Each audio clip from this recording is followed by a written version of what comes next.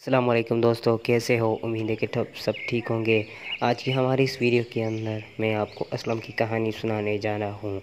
असलम एक बहादुर और दिलेर लड़का था।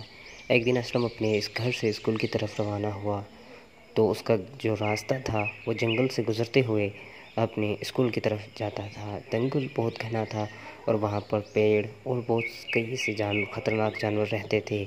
लेकिन असलम एक बहुत दिलेर लड़का था, वो किसी भी चीज़ से नहीं डरता था। लेकिन उस दिन असलम के साथ एक अजीब हादसा पेश आया।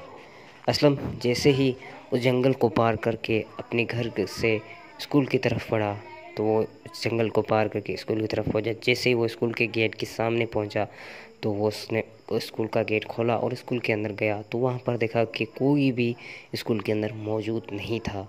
और वो स्कूल देख के बहुत हैरान रह गया, हक्का बक्का रह गया।